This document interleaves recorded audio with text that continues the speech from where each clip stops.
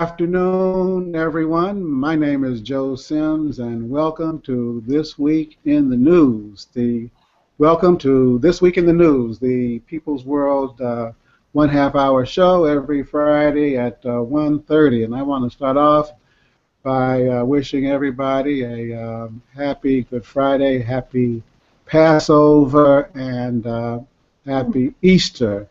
We hope you'll take this time to celebrate it with family and friends.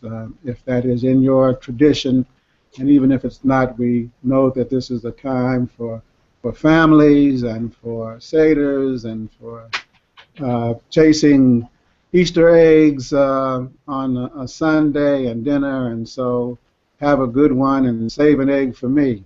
With me today is our co-editors, John Wojcik, who is coming to us today from the third largest city in the United States, Brooklyn. And welcome, John. Good to see you. Thank you. And also Eric Gordon, who is one of the People's World staff members from the West Coast, the great city of Los Angeles. And we are particularly happy to have John Bechtel. John is the national chairman of the Communist Party. Welcome, John. Glad to have you. Glad to be How's the here. weather out there in Chicago? It's warming up. Warming up. We've got a Today. big election coming up, right, in just a few Absolutely. days, and we're going to be checking in and hearing about that in just a second. But John just came back from Cuba, where it is really hot. And he led a delegation of the Communist Party USA to have a bilateral visit with the Communist Party of Cuba. They spent several days down there. And John, we want to hear a little bit about your trip. So the first thing I want to ask you is, did you spend any time on the beach? No, unfortunately we didn't. I hate to admit that, though. No time on the beach. Well, how many cigars did you smoke? I don't smoke cigars or cigarettes, although I brought back plenty of them, I have to say, including to some very close friends here. They do make the best cigars in the world, and they do have some of the most beautiful beaches in the world, but unfortunately we didn't have time to get there. I'm looking forward to tasting a little bit of that Havana rum. So when I come out to Chicago at the end of May, I hope you save me a little Absolutely. But let's talk a little bit about what's going on in Cuba. I mean, big changes domestically, big changes internationally. You know, both President Obama and the president of Cuba, Raul Castro, announced the resumption of diplomatic relations between the two countries, and there was an article in the People's World this week that there are good, friendly conversations taking place about the mutual establishment of embassies. But I would like to hear a little bit about their economic changes, John. Are they? There's a lot of talk about their renewal of socialism. Is it more socialism and more democracy? Or are they mixing a little bit of capitalism in there? Can you give us a sense of some of these economic changes? Yeah, well, they call it an updating of their socialist model, and but it's really kind of geared to the present-day realities of Cuba and economic development, and it's also a recognition that they have to diversify their property relations a little bit more in terms of introducing both foreign investment and also allowing small businesses and private capital and whatnot to help with the economic development. But again, they're updating their socialist model, and they see the public ownership, the socialist sector of their economy as being continuing to be the dominant form of property within the country. But they also are building up the cooperatives. They have a whole set of cooperative movement both in the agricultural sector and now in the service sector. As I said, foreign investment, including fully owned foreign operations within all sectors of society except for education, healthcare, and the military, small businesses, small farmers, and so on. So it's a real diversification. So are they going to have like free enterprise zones like they have in China, where they have particular sections of the country that are like wide open to capitalism? Is that what you're planning? Well, I don't think it'll be the same way, although they are presently building what they call in Mariel Bay, the largest deep water container port in the Caribbean, and it's going to sit right on a main maritime artery and be able to accept container ships, mainly coming through the expanded Panama Canal. But it'll be able to reach throughout all of the Caribbean there and whatnot. But there's also associated with that what they call a special economic zone, which is going to offer special tax breaks to foreign investors. But everything will be under Cuban labor law, which was a new labor law which was adopted last year at the end of 2013, which boosts the labor standards of the country and protects workers from exploitation and whatnot. And that was a labor law which was widely discussed all across the country, and the labor movement helped to lead those discussions and helped to shape it. And so all of these foreign corporations will have to operate under that law. Okay, so there are big economic changes, and they're having diverse forms of property. What about political changes? Are there any changes in how the country is governed that are anticipated? Well, I see this as really a deepening of their democratic structures. I mean, they've been operating for many years, developing what they call participatory democracy, in addition to the elected democracy, which is really related to it. But this was these changes have been going on for a number of years now, going back to 2007. But they're really a recognition of a number of mistakes that they admit or they feel that they made going back years, decades, maybe even to the beginning of the revolution, 1959, where they really adopted, the Soviet model, centralized model of economic development. And in fact, Raúl Castro said, well, we copied it, but we also copied it badly. And so you have that, but you also had kind of egalitarianism, utopian egalitarianism, which developed, and they pretty much leveled the wages of workers, and that led to a lack of incentive, lack of work discipline, inefficiencies in the labor process and whatnot. And also, they also had what they called a paternalistic role of the state. That is, that there were a lot, everybody was getting free food ration cards, whether they needed it or not, and people that didn't need it ended up selling them on the black market. Well, let me ask you, John, what is that going to mean for the baseball players and for the doctors? I mean, are there going to be any changes in the pay levels for people like that? Yeah, well, one of the things that they're doing now is that you'll get paid more for. It restores this principle of getting paid for the work that you do, the contribution you make, and so you get paid more for your quality and quantity of work. And just while we were there, 400,000 healthcare workers received a boost in pay.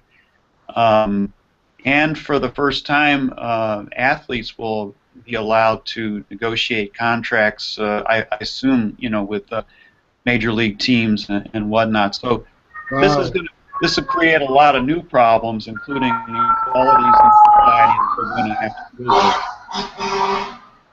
Wow, wow. Well, you know, I must say I was so impressed with the Cuban healthcare system and so moved by their reaching out to Africa, to Liberia, and the other countries that were Guinea that were affected by the Ebola crisis.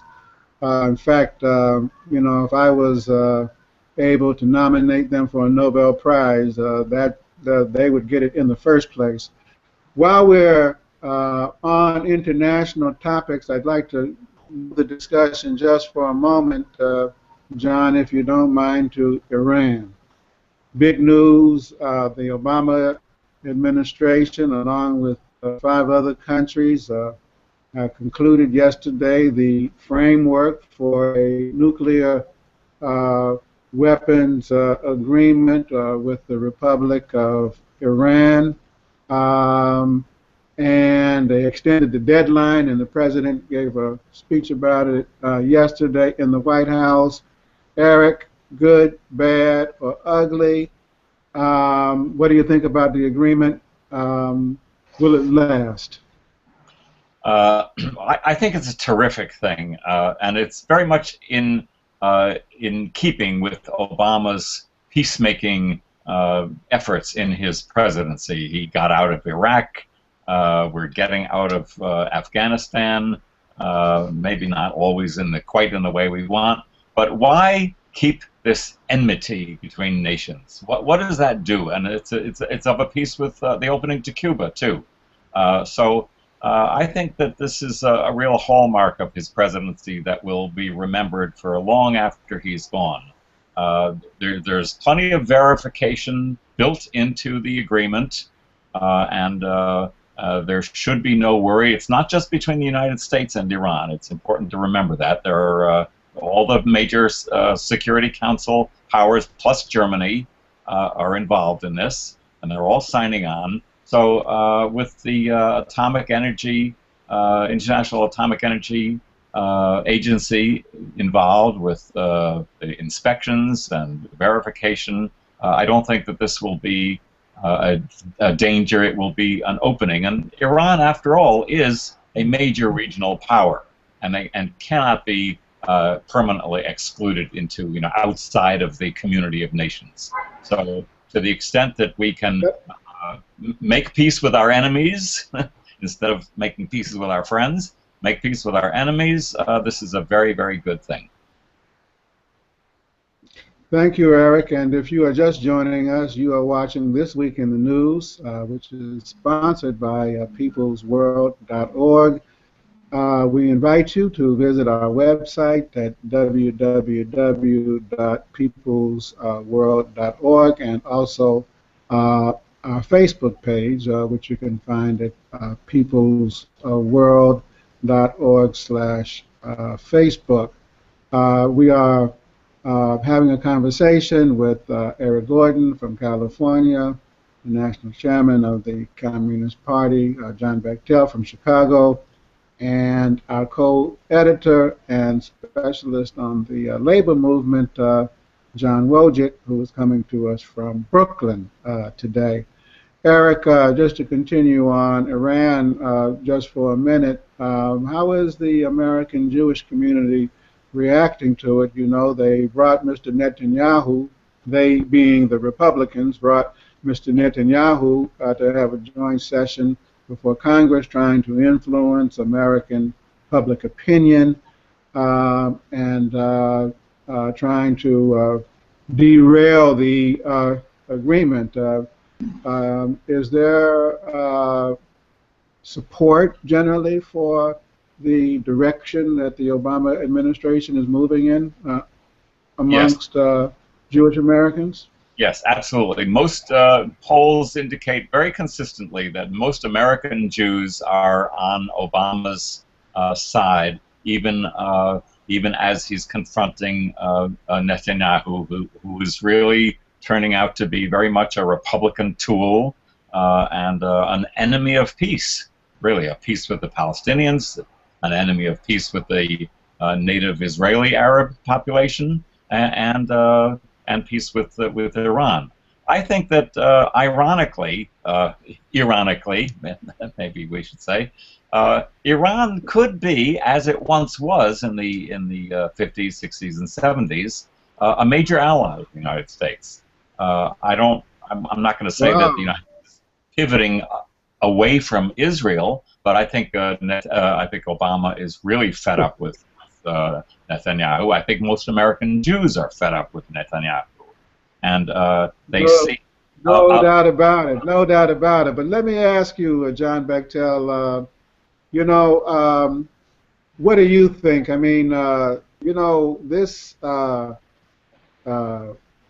Iran issue seemed to strengthen the extreme right in Israel. I mean, Netanyahu won an election victory by appealing to nationalism and racism. Do you think that it's going to strengthen the right wing in the United States? We have an election next year, and it's going to be a no-hold-barred fight.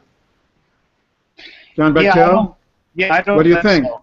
I don't think so. First of all, I agree with Eric. I think this is a tremendous development, a huge breakthrough in a lot of ways. Here you have, situation in the Middle East, the most heavily armed part of the world, and to be able to hammer out a non-proliferation treaty or something that conforms to the non-proliferation treaty and begins to reduce the tensions, I think is really, really important. And I think it's going to put and has put the extreme right on the defensive, both in this country and I think also in Israel. And I think it will also put the right wing on the defensive more in Iran itself, and it will open up greater space for the moderate forces, I think, to gain ascendancy, although as we know, the prime minister there or the president there is one of the moderates. But this, I think, will strengthen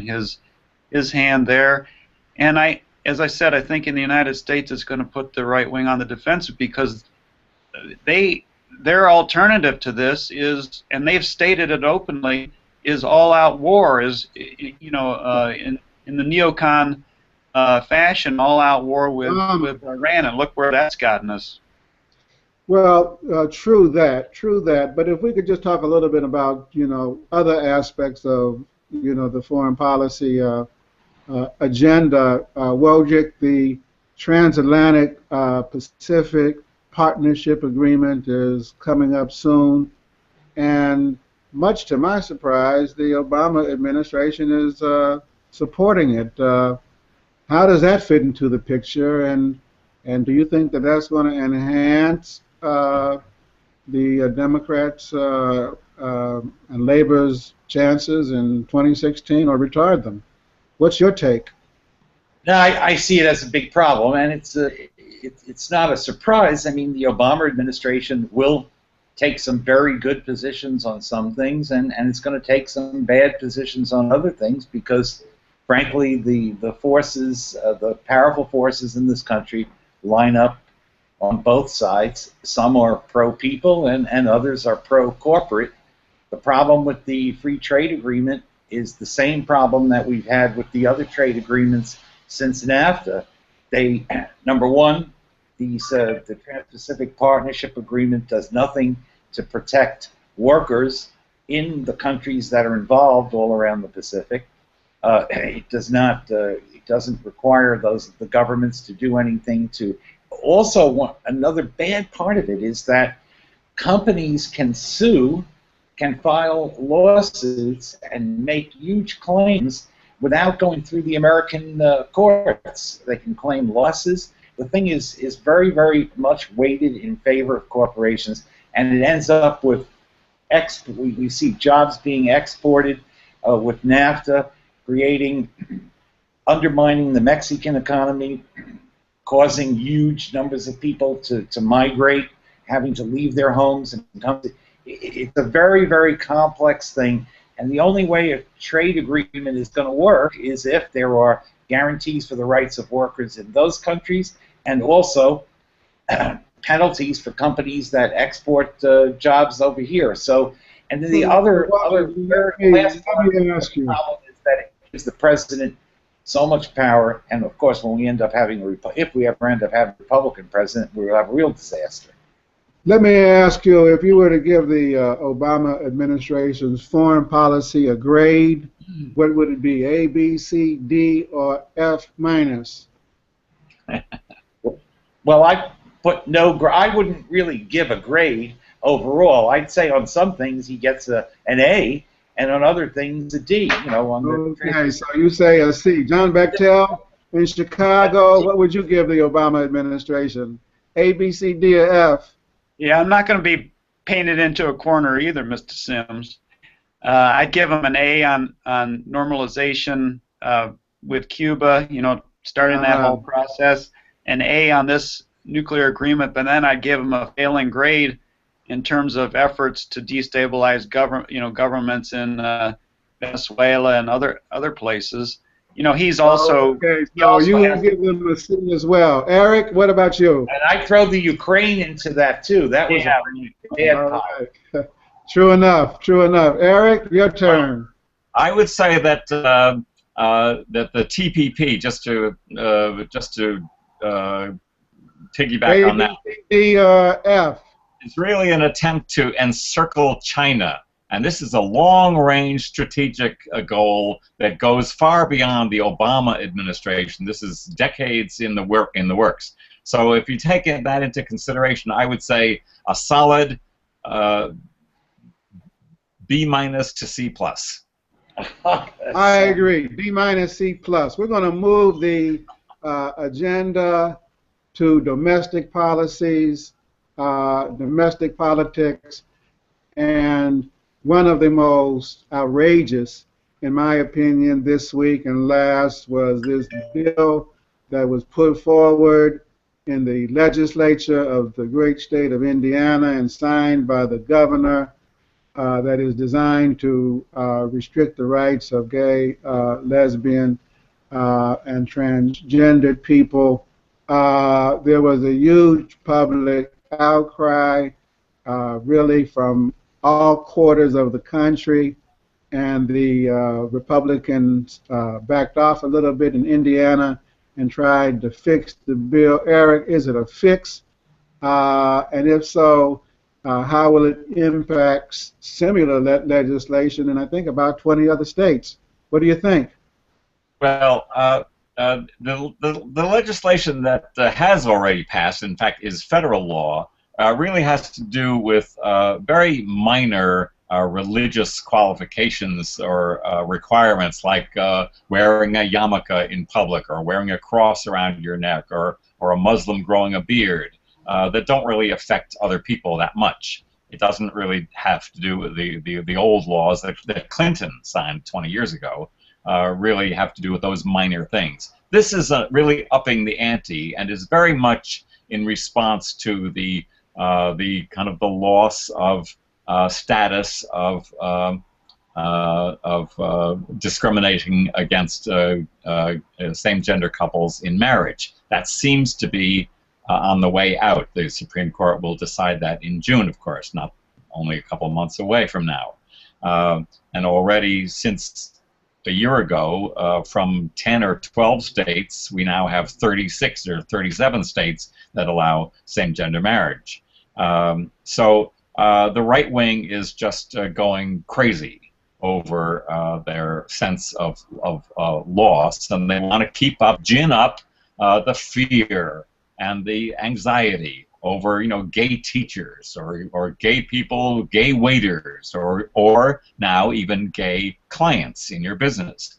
So the Indiana law really stepped up the level of discrimination to a degree that most of the major employers, and even the National College Athletic Association, said, this is not good for business.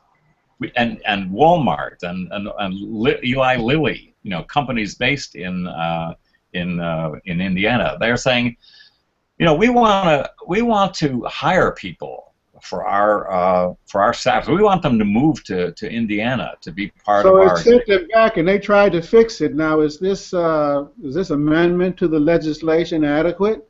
No, because it only applies to cities like Indianapolis, where they have non-discrimination clauses. But 80% of the state is not covered by that. So it's a very, very poor fix, and they're just covering their ass. They're trying to. It's a public relations stunt, but it's not We selling. need to put a lot more fire underneath their behinds and to make sure that that law is repealed. If we could just move the conversation just for a second next door to Indiana, John Bechtel, there's an election taking place on Tuesday, I believe, Chuy Garcia versus Rahm Emanuel. Is it close? Is it neck and neck? If you look into your looking glass and see the future, who's going to win on Tuesday? Well, it's hard to say. I think most of the polls show that the incumbent mayor, Emanuel, is a little bit ahead. And, you know, Chuy Garcia, this is a real uphill fight in a lot of ways because you're running against an incumbent who's got a lot of money and who also has the support of the president and other sections of the Democratic Party. So this is really an insurgent campaign being waged by Chuy Garcia, but it's a really important development along the lines of what happened in New York and other places. That is, you know, challenging these neoliberal policies in the big cities across the country of privatization and the forces around them, including those that are so associated with the financial community here. So your answer is, as my mother likes to say, we'll see. We'll see. And that Chuy is running hard, and I'm going to interrupt. We're hoping for the best. Huh? I'm going to interrupt this time since we don't have a strict format. I think that John makes good points, but my take on this is that there has already been a victory with the Chuy campaign and with some of these aldermanic campaigns. There were rallies this week that involved steel workers and auto workers and CTA, teachers unions, together with community organizations that are fighting pollution, the dumping of pet coke onto the shores of Lake Michigan. You know, we've already seen out of this election campaign the formation of precisely the kind of coalition that we need in our big cities. If we can keep that coalition going and repeat it, you know, in New York, in LA and other big places, we're going to be light years ahead. So in that limited sense, I don't have a crystal ball. In that limited sense, I think we've already had a victory. Speaking of coalitions, what's happening on April 15th? I hear that there's going to be a big demonstration in Atlanta. April 15th, you're going to see what you have never seen before, and I am not exaggerating. We're talking about thousands of people not just demonstrating, but going on strike, walking off the job.